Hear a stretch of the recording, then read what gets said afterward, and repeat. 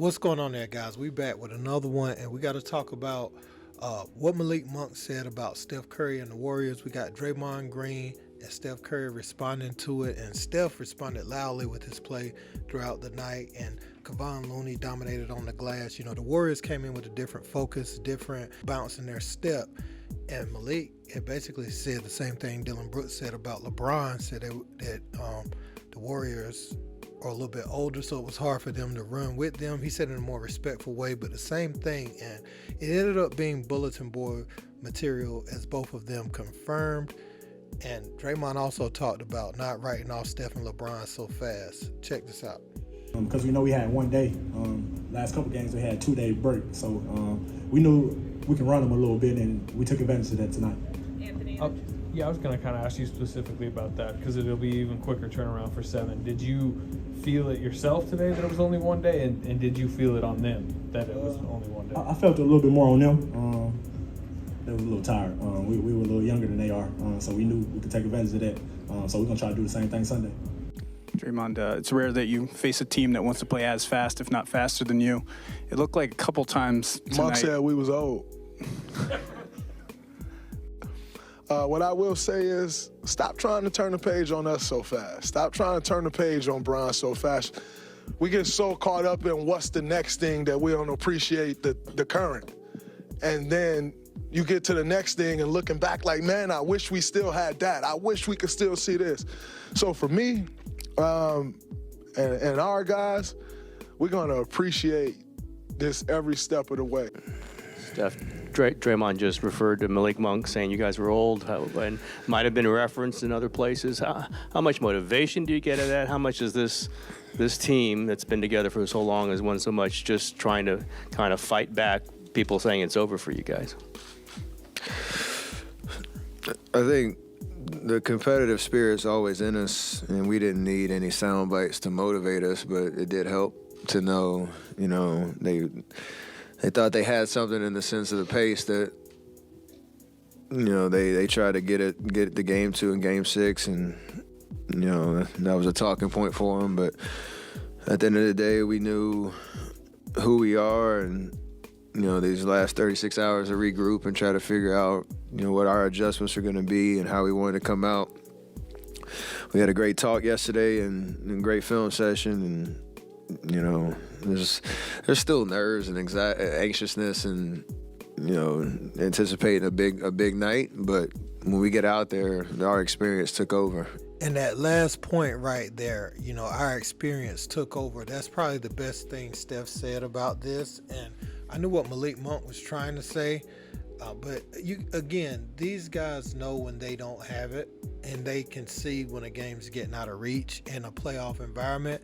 They also know when a team is overexerting themselves and feeling themselves a little too much. See, you come out with a different game plan night to night in the playoffs, especially a multiple-time champion. They're going to make the adjustments, and you're not going to get those same looks you were getting that made you successful in the prior game. Now, someone like Steph, moving without the ball, the many different ways he can score, his newfound strength, that he's had over the last few years.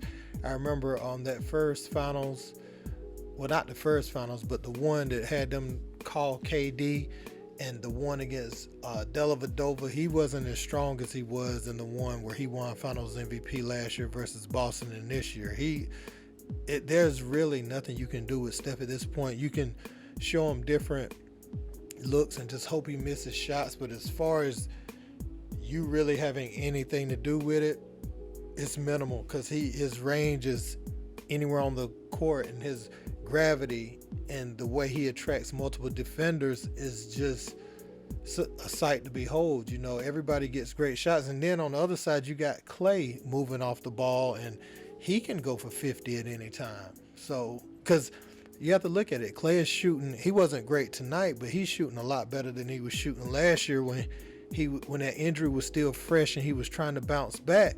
So you have to think in the back of your mind, Clay's going to have one of these nights at some point. So these Warriors are very dangerous, and Malik Monk misspoke, and he kind of misspoke like Dillon Brooks. You just want to go into Game 7 and compete and not give them no extra no extra bulletin board material. And that's exactly what he did, and Steph and them basically admitted it.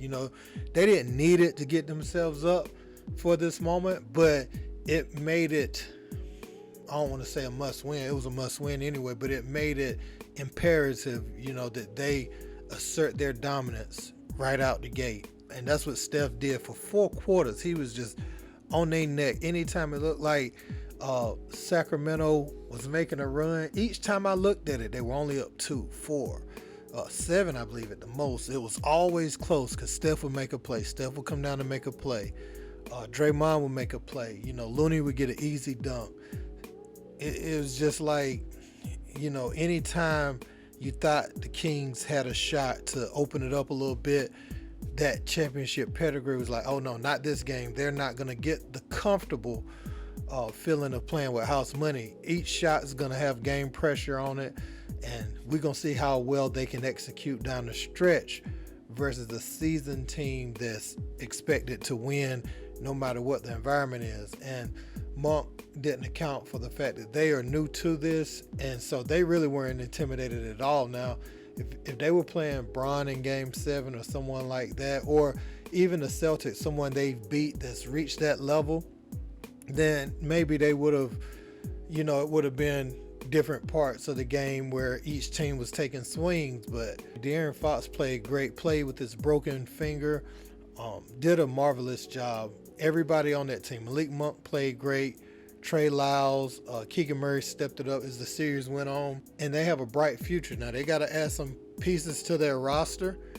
I think Toronto said they're looking to get rid of pieces, and that would be great. If they could get a Siakam, they could get a Siakam to replace a Harrison Barnes, or get you, I take Siakam and OG Anunoby if I'm them to add to the squad. That would be an upgrade over Harrison Barnes. And maybe they can learn from this. Dillon Brooks said LeBron was old, and they got cleaned up in 6 games, and the 2 that they won was whatever. But again, LeBron knows how to pace himself in the series, and so does Steph. And you saw Draymond speaking on LeBron. A lot of people ain't gonna like that because they like, you about to go compete against him, and he always brings Bron up with Steph. Sometimes I wish he would just praise Steph without having to praise LeBron, since Steph is on your team. But that's just how he does it, man. I'm looking forward to this series. Let me know what you guys think in the comments. Don't forget to like, share, and subscribe.